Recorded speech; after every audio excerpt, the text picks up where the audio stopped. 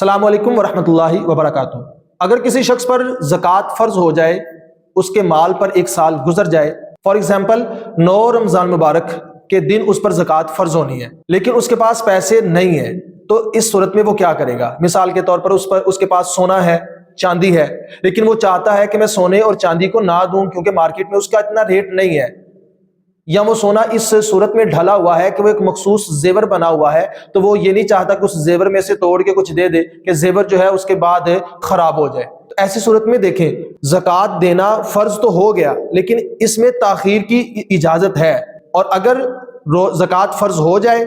لیکن ابھی اس کے پاس کیش میں پیسے موجود نہ ہوں اور وہ کیش میں دینا چاہتا ہو اپنے سونے یا چاندی کی زکوٰۃ، تو اس کے لیے حکم ہے کہ وہ ریٹن فارم میں یہ ساری تحریر لکھ دے کہ اس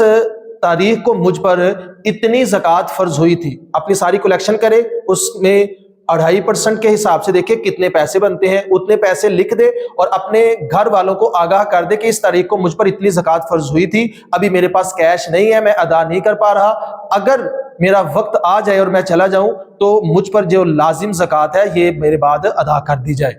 یعنی اگر کسی عذر کی وجہ سے اس میں تاخیر ہو جاتی ہے تو اس میں پکڑ نہیں ہوگی، اگر اس کی بعد میں ادائیگی ہو جائے گی۔